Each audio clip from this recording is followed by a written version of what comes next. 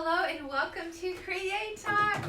Yes. I have David Sasse. He's one of my all-time favorites. We've traveled to Switzerland on my trips, and we've traveled to France, and we also traveled to Africa, all over the planet. And he's from Canada, just finished third year last year. Mm-hmm. And we're just talking about the power of creativity. He kind of does everything. I don't know what he doesn't do creatively. Seriously, like he'll break out into a dance, he'll break out into like a song, he could do an acting piece, he could paint, he could do anything. Like paint. Try it. I don't know. But how did you get involved in creativity? How did your journey in creativity start? Share with us. So it started, I think I pretty much always knew I was creative. Yeah. It started when I was 11, I'd say. Right before that, years before that, I said I always wanted to be an actor in California. Just always said that. And then around 11 or 12, I really felt like no one would do it for me, so I just went out and just got an agent, just went and visited some agent, and I just told them, like, if you pick me, I'll be the best that you have. And I can totally see you. I was like, because I could see the people on TV, I'm like, I can do that. And it was just burning on my heart. Yeah. And today I realized that it was God's heart for me. But back then it was just like this, this instinct thing. So I just went and got an agent. A week after that, started being on movie sets and different settings where I was just like always in the movie world. And it's been amazing. And I would act, I would do different things, and always loved it. Then I always knew I would be dancing, so started to dance around, maybe 16 for real? Because before that I would be dancing just for fun, but I started to take dancing classes around 16. Wow. And then always loved to sing through that, but I never felt like I was made to do it because there were so many good people around me. So I would always stop myself from doing it because I could see other people's potential, which is stupid. Finally, I entered conservatory at 21. So I did musical theater conservatory for 3 years. Wow, and that was in Canada, where you're from. Yeah. And this was a secular environment, correct? Yeah. Now, how did you? Because we're all wanting to create, but how did you do it in the kingdom? How did you walk with God, or where was he at in the equation of where you were at in your life? Back then, I got a very powerful encounter with the Lord in my teenage years. But back then, through the years of conservatory, I was pretty much all over the place. I was a mess. So I would just go in really unhealthy ways. But at the same time, I always could feel God there, kind of waiting for me. Yeah, come on. Every time I'd go so bad or so deep, I'd be in this mess. I would just flip and just knew that he was there waiting.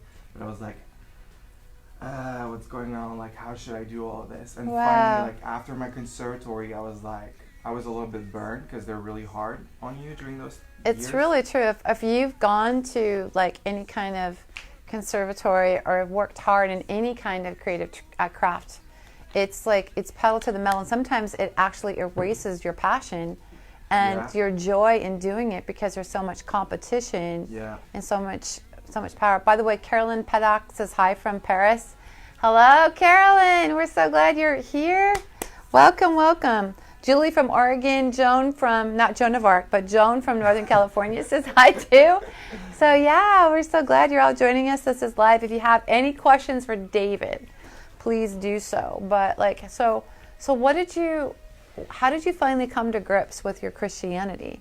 So finished conservatory and I was a real mess, just like what we said. I knew more that I was talented when I was 12 than when I was out of conservatory. Okay, that tells you a lot.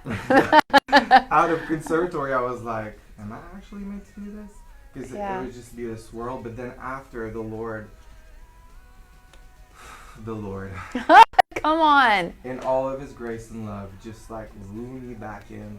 And then I finished that and I went into I would say a really intense 2 years of just going after him, seeking his presence. I'd go in the prayer chapel and I would sit there for hours and I'd be like, Lord, I need you. Like, Wow. I need you. And his presence in this pursuit of him was much bigger than any acting dreams I ever had. And right in the middle of my conservatory, something really changed my life was School of Worship here in Bethel. Yeah. It was the very first time I came here, and that completely radically changed all of my life, my perspective. It's like if the Lord opened up this realm where I was like, this is possible. Like, I always knew it inside, but I had nowhere to actually see it. I got here and I was like, wow. It was like total wreck. I was there for 21 days, completely flipped my life around. And Wow. and then I finished conservatory. I love it. Jumped towards God. It's like he literally jumped. He said, this is it. So that's a crazy story, how just taking time to go to a place that you know carries the presence can change your life in like 3 weeks, just like the School of Creativity that's coming up. Yeah. May 14th through 17th. It's crazy. We just met with a couple, and they came here because of the School of Creativity in 2011. They came to the school, and so they moved here, and they were so impacted by one workshop with John Gabriel, who was one of our chefs here, that they decided to open up Fresh Fire Grill, which is a restaurant, and now they have 2 in Reading. And they said, well, it was all because of what we received from the School of Creativity. Wow. And you sit there and you're going, there's something about going after your dream, but sometimes you have to go to a place that believes in your dream before you believe in it. It's just true, right? It is true. So the School of Worship. Fathers and mothers will do that for you. Oh, they will raise you up. Wow. When you don't believe in yourself. That's so true. So we just declare that you're going to find your tribe and find your people. Yeah. And so you finished, and you were involved in BCA, Bethel Christian. That's Bethel Conservatory of the Arts last year. And now, what are you doing creatively? Now, the Lord had amazing plans. So I was invited last summer to lead a school of worship in France. Woo! Come on! And after my trip with Mama T, I had some other places that wanted me to just come and visit. So I just did this round, and the Lord just blew it up. Come on. I was supposed to be there for 3 weeks, and I spent 5 months. And I would just give workshops, and it's all linked. Like, I learned a lot in the Bethel Conservatory of the Arts, and the Lord kind of just started showing me more things on my own too. And I just offer these workshops, and it's all linked with creativity, identity. So it's aligning people with their identity and letting them tap into the well that they really have for their creative stuff. And it's all linked to prophetic, and it's all linked to the Father's heart. It's crazy. It's crazy what can happen when a church, again, that believes that they're not creative, finds out that they are, and that their identity then is formed because God is creator, and therefore we are made in God's image. And France just blew up. And you would think France, of all places. I mean, Perrier, the Eiffel Tower, the love. Gilets jaunes. Oh yeah, there you go. It's like so pervasive why people, I mean, I think that Paris is the most visited city in the world as far as tourism. And it's because of the creativity. Yeah. It's because of what they've built there. Yeah. And that's what we need to understand is, like, we have the power through our creativity to transform culture and to transform the church. That, you know, would anyone go to the church because it's creative? I don't know about you, but they wouldn't go there. So we have to flip that because God, the creator, lives inside of us. So it's so crazy. Parents really carry that innovation thing. So. But, like, how do you hear God when you create? And just share some testimonies. A lot of you might be thinking, well, I want some of that. How do I find my identity? How do I create with God? So share some testimonies. Well, first of all, let's just activate you and release you into the prophetic if you're not. Come on. To me, it's this journey of just walking with the Lord and hearing His voice. So the more and more you do that, the more and more you kind of realize the little things where He talks to you. Yeah. And today, I would say the way I create, like, if I'm right now like writing scripts or movies, because I just see it. I songwrite a lot. I do music, even for dance in some ways. But I'd say the way I do it with God is He's showing me pictures, or He's showing me like movies in my head, and I'm just I submerge myself into that kind of world, and then I just sit there with him, and then I'm like, okay, whose perspective am I having in this place? And then like, what's the image? How do I feel about it? How could I express it? And then from that place where I just feel strongly, the Lord tells me, like, sometimes I just know it's my perspective on something. Sometimes it's the Lord's perspective on something. And then I'll just add music or words on it, or start writing scripts. So it could be whatever. Yeah, but come on. You just go with an image and you start talking about, what it carries. And to me, that's the way I create. It's so important because, like, we forget that God is speaking all the time. I mean, I'm just finishing an e-course on hearing God that's out this week, actually. But there's power because people don't realize that God talks to them all the time, because they think, I'm not hearing the audible voice of God. But like what David talked about, sometimes God speaks in that still small voice. He usually speaks to the way that we've been created. So I'll get an image to paint, or I'll get an idea from just a movie that I'm watching. But sometimes we limit God, that we have to be praying. We have to listen to worship music. We have to be doing some, I mean, you can be surfing and you can feel the presence of God. Just ask my son Chad. It's like, it's crazy how we limit God when he's always speaking.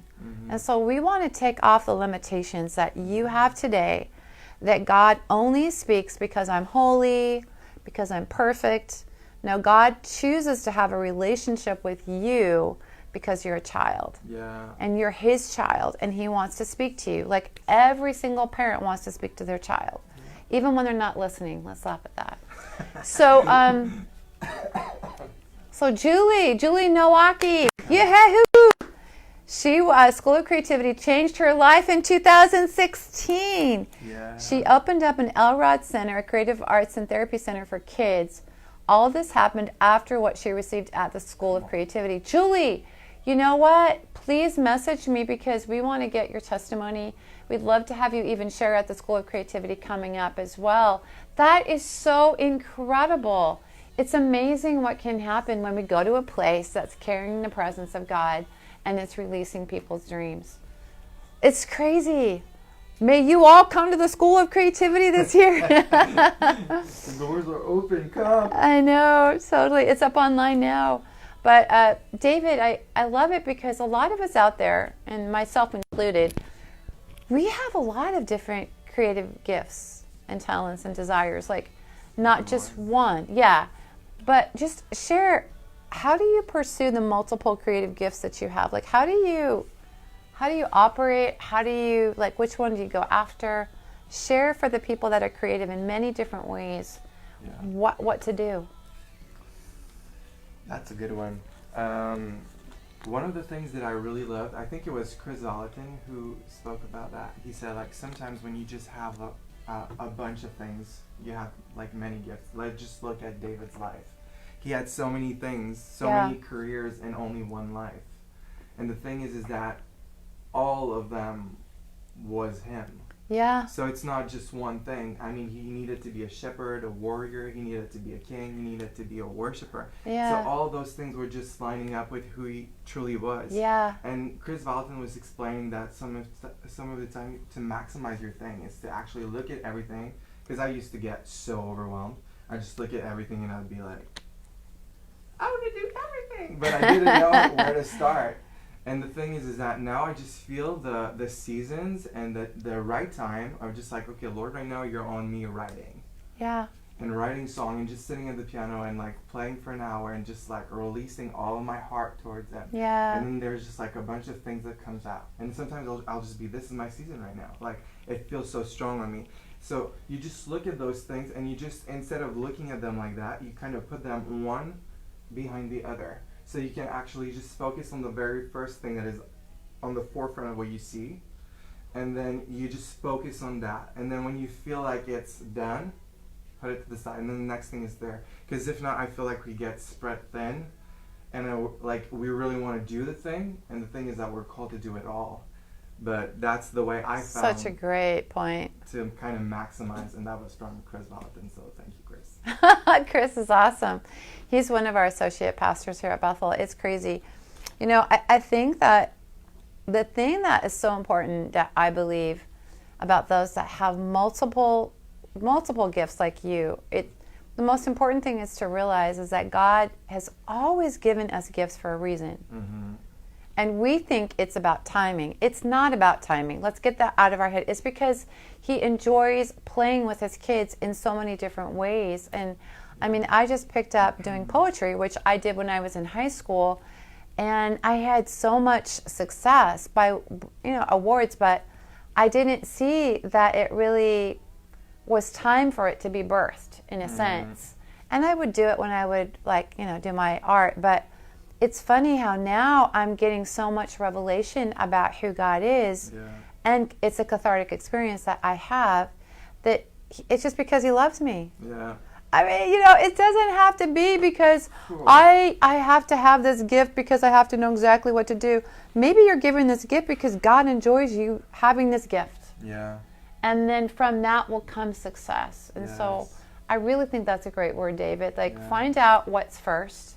What is God on? What is giving him pleasure? What is giving you pleasure? Yeah. What is impacting people? Go with that, and don't crowd out space to allow that gift to flourish and grow in its time. Because in the end, he'll just bring it back. Even the thing that if you're like, oh no, I put it on my 7th position to do, at some point he'll just flip the table around so you get to do everything. Yeah. Because he's just that good.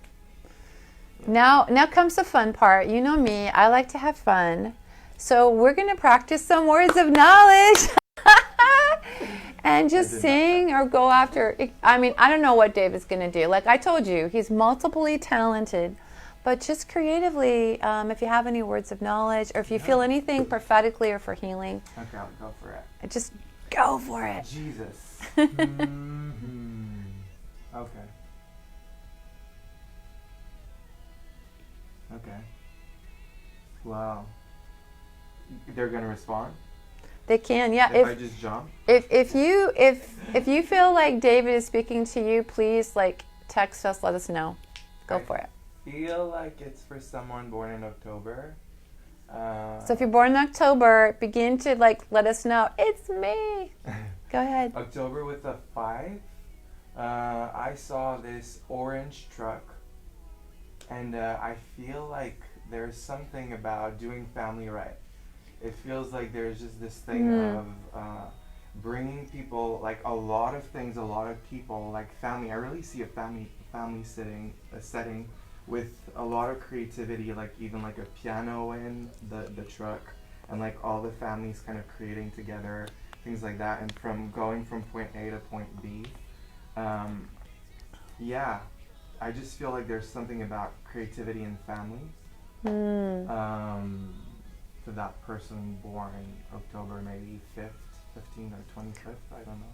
Or the 5 could relate to maybe the number of kids in your family. It's something else too. So anniversary, etc. So if that's you, respond. And it's about family. So if there's something about family, let us know too. Yeah. And again, one of the things about the words of knowledge is you might even know a person. Oh my gosh, this is for Dave, and he's born this date, and this and that. Whatever it is, just go after that because that's God speaking to you directly about who you are. I just saw a lot of people get healed as well. We saw it, in the last couple of days, we've seen multiple people get healed. And so I feel like I had a word of knowledge for somebody who had been suffering from some sort of a back pain, and it had been in the back area, and obviously, but in your lower back. And I felt like it had been constricting you from really feeling good about your life, about where you're at. And I'm just gonna snap my fingers, and I'm just gonna release healing to you right now. So in the name of Jesus, I say back, be healed, straighten. I say any muscles that have been in any way stressed out, I say release in Jesus' name. And I command this back to begin to be completely in alignment with heaven. Yes. And I just kind of laugh, ha ha ha. This is not going to stop you from doing what your passion is. Yeah. If that's you, let us know, because I feel like that's somebody that's watching. Is that you? Yeah. Oh my God. Check it out. How are you feeling?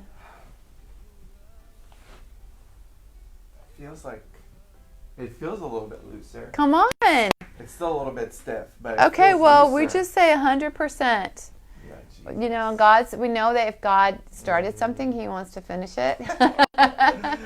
So right now with David, we just released healing to his lower back. And I feel like it was really causing you a lot of, I don't know, just like even not feeling good about where you're headed. You can't enjoy being here. So Father, I just release that.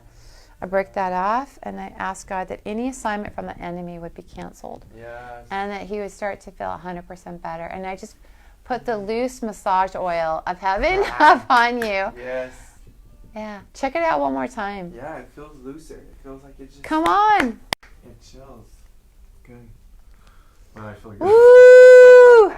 Isn't it funny? Okay, I'm picking up a word of knowledge right here. Oh gosh, is there any other words of knowledge, or would you like to sing prophetically? Anything that you'd like to do? Okay, I'll start singing and I'll get the thing. And you have an album in French. Yeah. What is it called? It's called Nouveau Monde, which means New World, but it's in French, and it's an EP of three songs. If you want to soak, it's really, even if you're English, it's... How would they get it? You can check it on Spotify, Apple Music. It's pretty much everywhere. YouTube too. So David Sasse, Nouveau Monde. David Sasse is Sasse. Yes, it is. Okay, go for it. Okay, Jesus.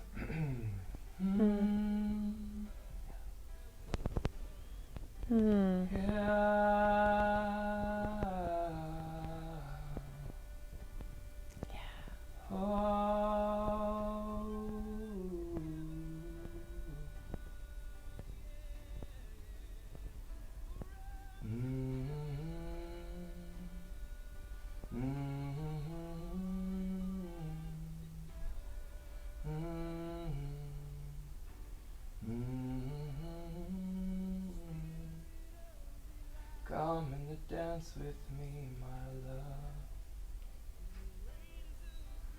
I see this woman spinning and I feel the flowers. Release yourself and embrace my love. I'm there for you. I'm just waiting on you to come. So come and meet me there. Just come and meet me there. Let the wheel of life behind. Don't spin as much, just release yourself and come to me. Whoa.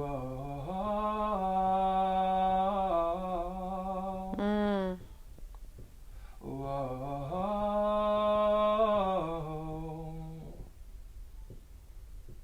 Whoa.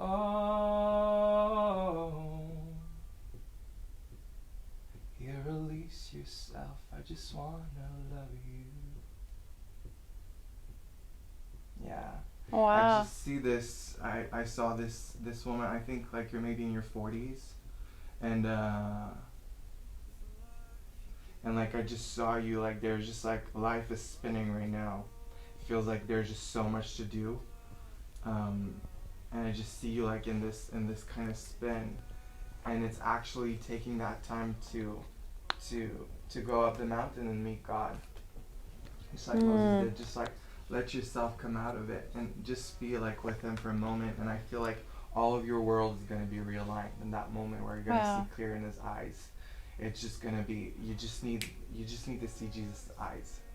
And I feel like when you will, there's just like, there was a bunch of flowers and this field, and suddenly the spin, instead of being like vertical, it was horizontal because you were spinning with him dancing. And a bunch of like pink flowers and stuff like that. So I feel like the Lord really wants to get you on this romantic journey with him. Come on. Yeah. So let us know if that's you, and if it touched you, or if you know someone that applies to, please send them this link. But David, wow. Have you enjoyed David like I have? He's such an incredible man of God. would love our audience just to have you impart to them and impart whatever it is that you have, because you walked into being young and going, oh, if they could do it on TV, I can do that too. Yeah. And then you walked through a hard journey when you were in the conservatory where you really felt like you were completely wrung out. And then God found you. Yeah. And it was through one school of worship, worship you, that you got retooled and you knew your destiny, and then coming here for 3 years. And now France, and what else is next? I have no idea for David, but I want you to know, like, this is a person that has walked into his destiny because he said yes. And because he's a lover of people. And if you want that too, put out your hands like I am and just receive. And Dave, I would love for you just to pray. Well, just because I talked with a friend yesterday, I just want to release over you right now the Psalm 27. Come on. The 27:4, which is contemplating God in all of His beauty, in His temple, that you would just see His face. I just release over you hunger. I release over you love encounters with the Father, where you just be able to see Him. That you just be able to see Him the way He is. Yeah. And that you'd be transformed by Him, transformed by His love. Yes. And I just release prophetic intimacy with the Father, where you'd just be so close and so in tune with Him that you could hear Him in the night, in the day, everywhere you go. And that it would be so easy to just say yes. Because when you hear Him, when you know Him, it's easy to say yes. It's easy to just let yourself out and just like jump in the plane because the Lord said to do it. Even if you don't know where you're going to go and what you're going to do, it's easy to say yes when you can see His eyes. So I just speak clarity over you. And I just speak intimacy and this depth of love and hunger for His presence to come over you right now, and to just really cover you. Because if you just follow Him, He'll lead you to freedom. He'll lead you to wholeness, and He'll lead you to live a life that you could have never dreamed of. And I release dreams right now. I release your dreams, and I release boldness into your dreams, that you would be able to run into it and jump into it and do that thing that makes you come alive.